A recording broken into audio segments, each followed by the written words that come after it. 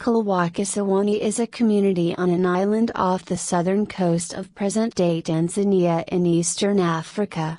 Historically, it was the center of the Kilwa Sultanate, a medieval sultanate whose authority at its height in the 13th–15th centuries had stretched the entire length of the Swahili Coast. Kilwa Kisiwani has been designated a UNESCO World Heritage Site along with the nearby stonetown Songo Mnara. Archaeology. Kilwa Kisiwani is an archaeological city-state site located along the Swahili Coast on the Kilwa archipelago. It was occupied from at least the 8th century AD and became one of the most powerful settlements along the coast. The seasonal wind reversals would affect trade circulations. Trade connections with the Arabian Peninsula as well as India and China influenced the growth and development of Kilwa, and, though there are Islamic words and customs that have been adapted into the culture, the origins are African. 4. Many of the Swahili settlements showed complex layouts that reflected social relations between groups. However, at Kilwa, there are many questions still left unanswered about the town layout. The cemeteries were located on the edge of the town, which was common for the region, and large, open spaces were likely used for social gatherings. An important city for trade, around the 13th century there were increased fortifications and a greater flow of goods. For these to take place, there would need to be a form of political administration overseeing the city, controlling the movement of goods. Much of the trade networks were with the Arabian Peninsula. Kilwa Kisiwani reached its highest point in wealth and commerce between 13th and 15th centuries AD. Evidence of growth in wealth can be seen with the appearance of stone buildings around the 13th century AD, before which all of the buildings were wattle and daub. The socio-economic status of the individuals residing there could be clearly seen in the type of structure they were living in. Among Kilwa's exports were spices, tortoise shell, coconut oil, ivory, and aromatic gums, as well as gold and slaves. At around this time, Kilwa had seized control over the trade of gold at Sofia. The wealthy also possessed more commercial goods than the individuals who were of lower class did.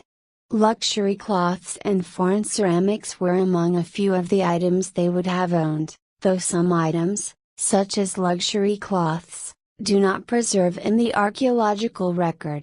For approximately 500 years, Kilwa was minting coins.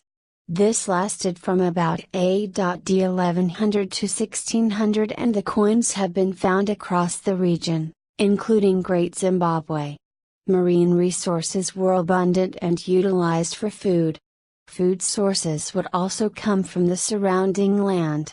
But because of the huge impact the sea, with all of the resources and trade opportunities, had on Kilwa, the archaeological investigation of the harbors and ports is considered to be quite important. The soil at Kilwa that was found over the limestone was of poor quality, so the land food sources came from the areas of higher ground. However, the soil in the Kilwa region would have been suitable for growing cotton, which could be used in sail manufacture. 12th century spindle whorls have been found, indicating that cotton was used and processed in this area. Ceramics. At first, most of the focus was placed on the archaeology of Kilwa's ports and harbors, however, more and more emphasis is being placed on Kilwa's hinterlands. Ceramic artifacts are plentiful at the site and can be divided into two groups, regional and coastal. All of the ceramics with regional distribution were locally produced, but the area of distribution is limited. These unglazed ceramics were referred to as kitchenwares, though their uses were not necessarily just as cooking vessels. It is important to note that all of the varieties of locally produced pottery found in the region were also uncovered at the site of Kilwa itself. While the kitchenwares could be seen throughout the region, there were ceramics that were mostly seen within Kilwa itself.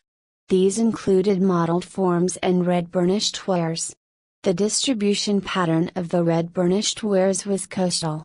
Other ceramic types that were seemingly restricted to town were the imported ceramic vessels from the Arabian Peninsula and China.